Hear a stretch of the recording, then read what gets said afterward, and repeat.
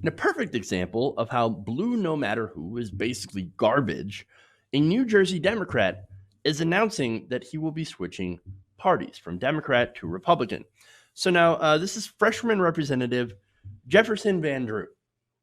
And again, he's a New Jersey Democrat or formerly Democrat. So now, again, he's planning to announce that he's becoming a Republican, according to Democratic sources, per The Hill. So now, Van Drew, according to the article, has begun informing his staff and fellow New Jersey lawmakers that he will leave the Democratic Party, according to two Democratic senior aides. His decision, first reported by the Washington Post, comes just a day after he had a lengthy meeting at the White House with Donald Trump. So he goes and he talks to Donald Trump, and suddenly, when he's not a Democrat anymore, he's a Republican. But wait, of course, you're going to see that it goes to him wanting to keep his power. So now, this is a Republican district. It's a red-leaning district in New Jersey. So now, when the Democrats were running for the seat, because it was formerly held by a moderate Republican, so they ran a pretty competitive primary. And so when Jeff Van Drew won with establishment support, they were pretty happy, right? Oh, it's a win for the party. Well, it turns out not a win for the party. When Van Drew, upon winning, immediately he distanced himself from the party, voting present during the election of Representative Nancy Pelosi for Speaker in January, and joining the Blue Dog Democrats shortly thereafter. The Blue Dog Democrats, of course, are incredibly centrist, basically Republican light. But it is funny how he's like, Nancy Pelosi, present. I'm not going to vote for her. Now, anybody who knows me knows that I do not like Nancy Pelosi very much, because I think that she is too centrist to establishment. And so this guy, he's like, Nancy Pelosi's not right wing enough. Are you sure you're a Democrat, Van Drew? Oh, right. You aren't. That's what this whole thing's about. So now, he also has come out against impeachment, of course. So guess what he calls it? He makes an interesting comparison here. He says that impeachment is an act of war against Trump voters. Interesting. Quote, some folks may not like the people that voted for Trump, but they still voted, so millions of those folks would be disenfranchised. Now, you want to talk about disenfranchised? What about the 3 million people who voted for Hillary Clinton? Even though that's not how our system works, the fact that our system works like that, where a candidate can get the popular vote and not win the election, isn't that in itself a form of disenfranchisement? The Electoral College? I mean, ask that to Jeff Van Drew, and he's probably not going to have a good answer for you. In fact, he'll probably run away like Lindsey Graham ran away from that veteran. Different video. Check that out. So now, here's the thing. Of course they get their vote. The thing is, we found out that Donald Trump did a bunch of crime while in office, and all the other times that he also did criminal things. For example, directing hush money payments, violating the emoluments clause, and possible money laundering, so on and so forth. This guy has a very long history, Trump does, of doing criminal things. So allegedly, of course. So point is, it's not exactly disenfranchisement.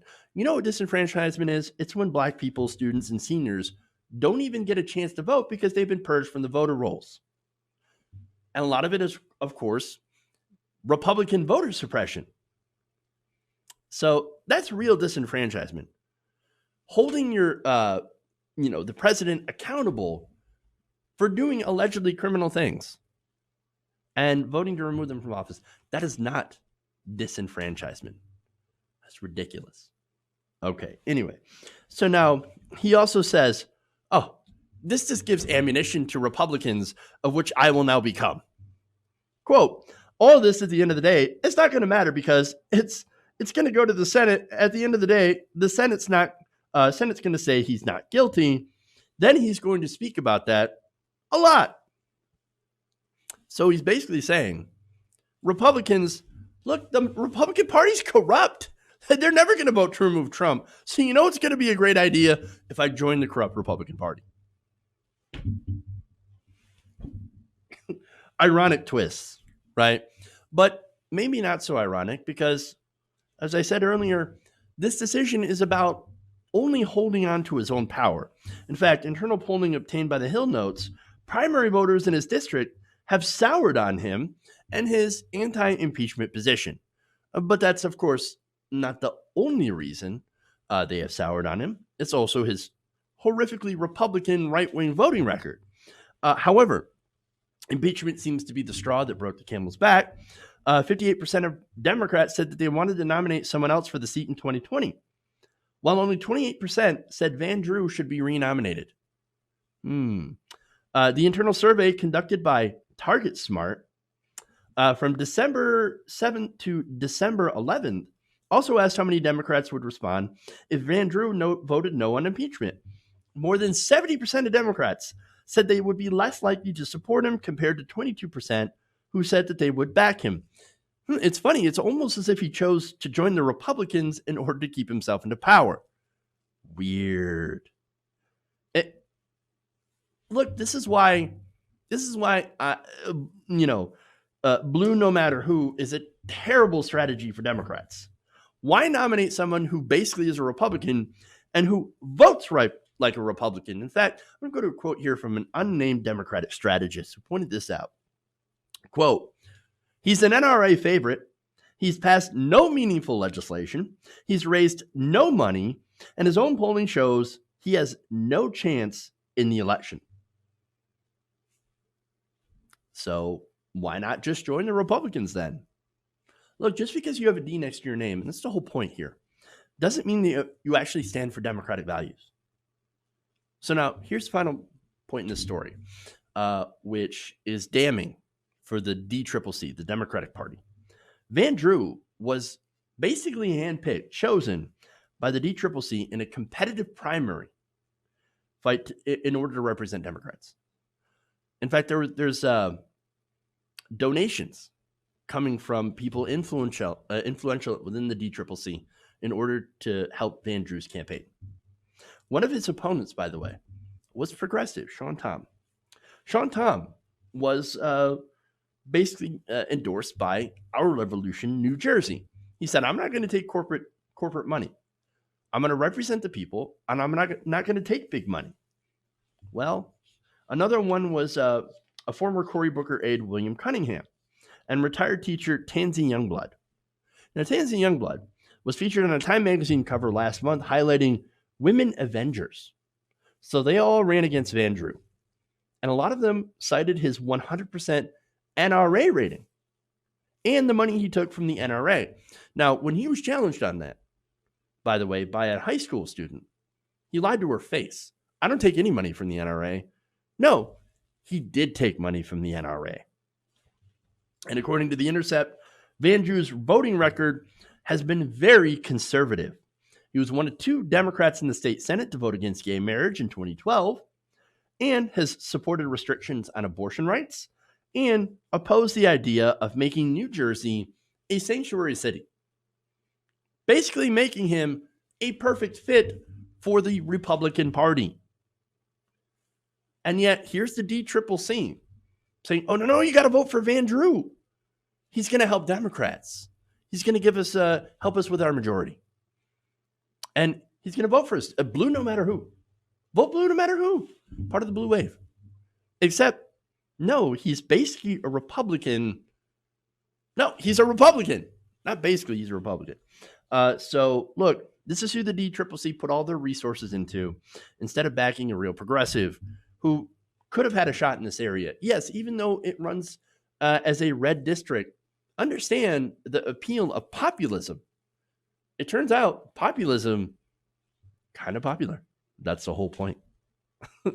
Now, as I keep asking, right, what good is a Democrat that votes like a Republican? I think it's a fair question. Again, they might as well become Republicans, and in this case, they actually did. So here's the thing.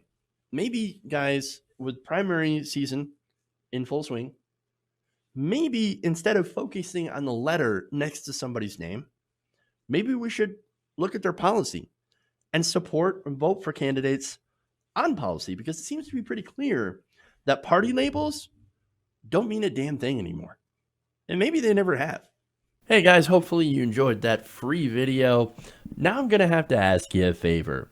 Between the demonetization and the YouTube algorithm messing around with view counts, etc., we're having a hard time adjusting to the new YouTube reality, which is where you guys come in. See, we have a Patreon, patreon.com/TYTNation, set up to help us rely on you guys, the viewers, instead of big corporate ads. Look, you know the show. You know I'm not in favor of big corporations anyway. So help us transition away from relying on the ad model to pay the bills and sign up to be a patron, patreon.com/TYTNation. That goes a long way to help us keep the lights on. And you guys will know that you're supporting independent progressive media.